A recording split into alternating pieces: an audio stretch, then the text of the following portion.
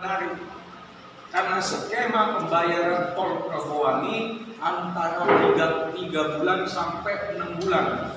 Faktanya 6 bulan. Supplier kecil pada mati berguguran.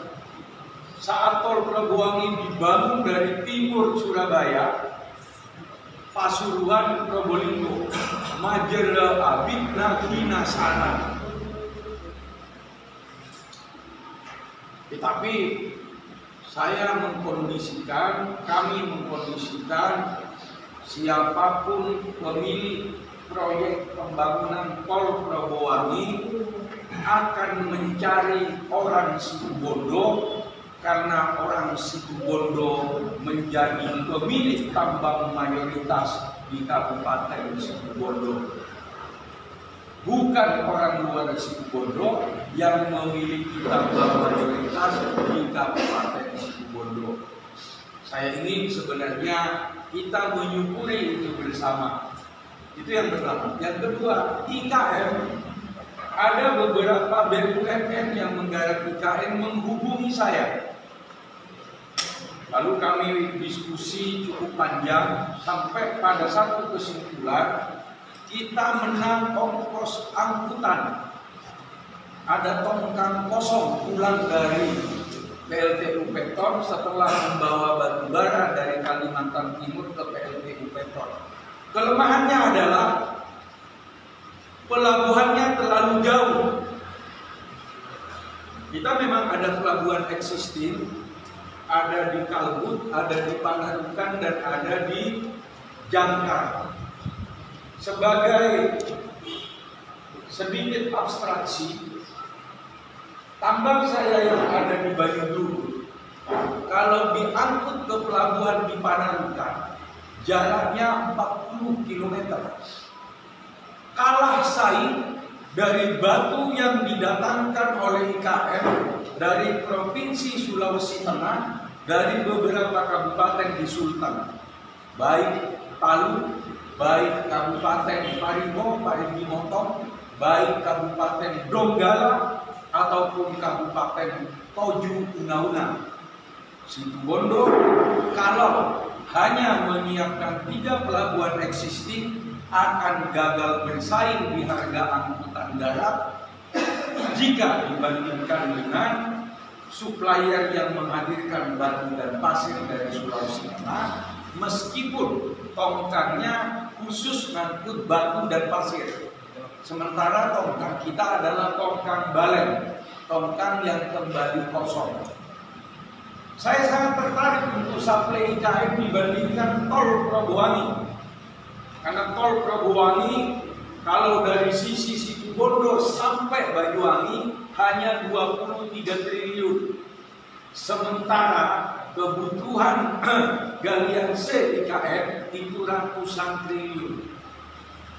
Oleh karena itu, saya proyeksikan untuk membangun pelabuhan sendiri, setidak-tidaknya 6 pelabuhan terdekat dari proyeksi 12 tambang yang akan saya bikin.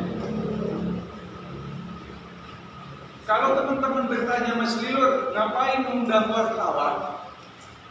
Sudah biasa ketika satu korporasi, satu perusahaan ingin melakukan aksi korporasi, maka mereka melakukan sosialisasi.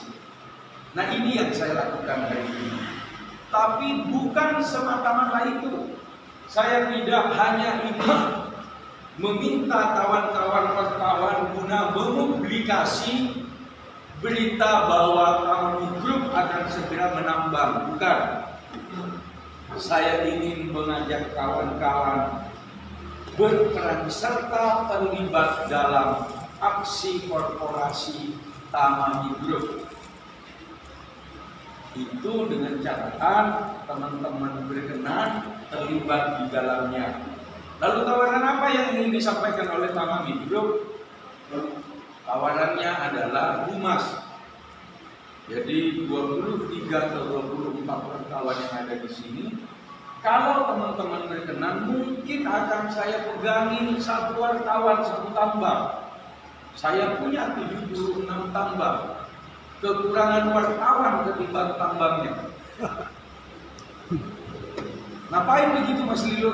Berbagi rezeki. Jadi tujuan utama saya undang sampean untuk mengkomunikasikan bahwa Tamami Group sedang melakukan aksi korporasi berupa persiapan untuk melakukan penambangan di konsesi-konsesi yang dimiliki oleh Tamami Group, dan kami berharap rekan-rekan wartawan membantu mempublikasikan aksi korporasi ini. Pada saat yang bersamaan saya menawarkan pekerjaan sebagai humas guna sharing agar kita sama-sama kebagian rezeki. Mimpi besar Tamami hadir di Situbondo adalah menjadi tuan rumah di kabupaten sendiri.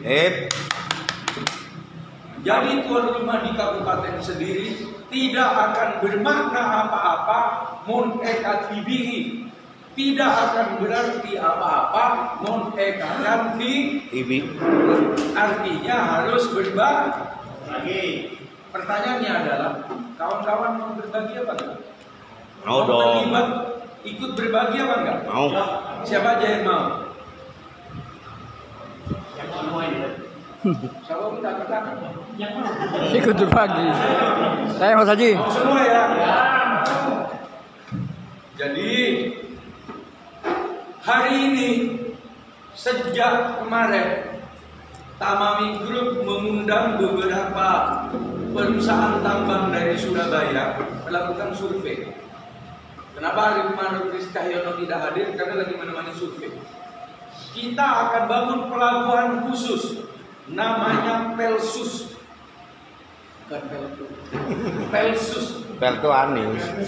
Dan di Batubara di Kalimantan biasa, satu tambang punya pelabuhan di pinggir sungai biasa.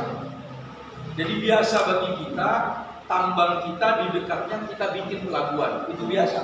Di dunia pertambangan itu lumrah. Sayangnya di Situbondo industrialisasi tambang belum terjadi, dan kita akan mulai. Kalau toh tidak perlu menunggu nanti.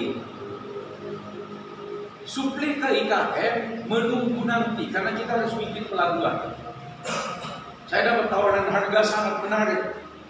Kalaulah harus menggunakan existing jetty, kalaulah harus memakai pelabuhan yang sudah ada, harganya tetap masuk.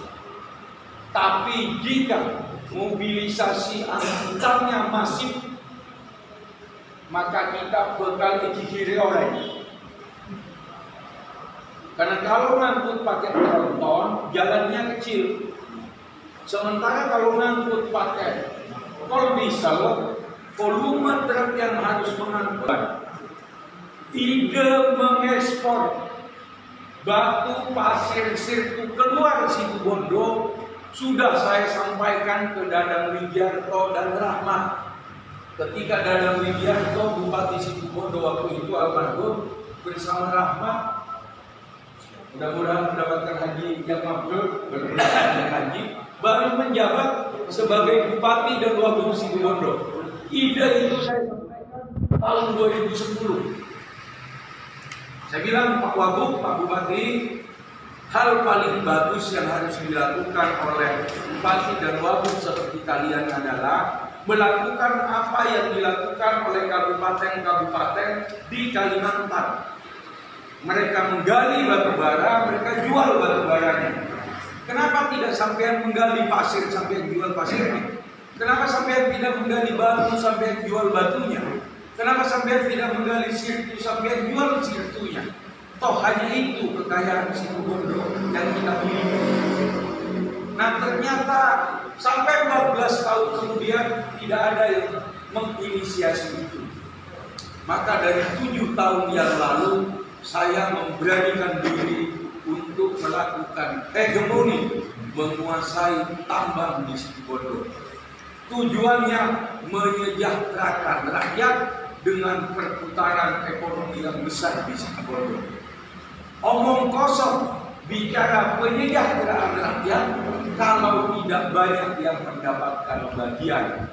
Obrolan kita pagi ini, siang ini, saya undang jam 10, baru lengkap jam 11. Alhamdulillah, wartawan Situ Bondo biasa on time. Terima kasih. Tepuk tangan untuk teman-teman Situ Bondo. Tujuan saya undang sampai ngopi untuk menyampaikan agenda korporasi kami dalam rangka berbagi. Dimengerti ya? Mulai kapan Mas Rilo? Satu-satu. Karena ngurus izin itu lama. Juni terbit 1, Juli terbit 7, Agustus mungkin terbit 10. Tahun ini saya rencanakan terbit 50.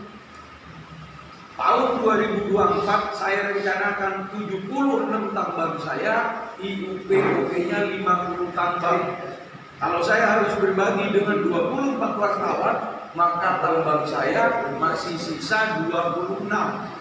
Abenya tambang yang buat wartawan.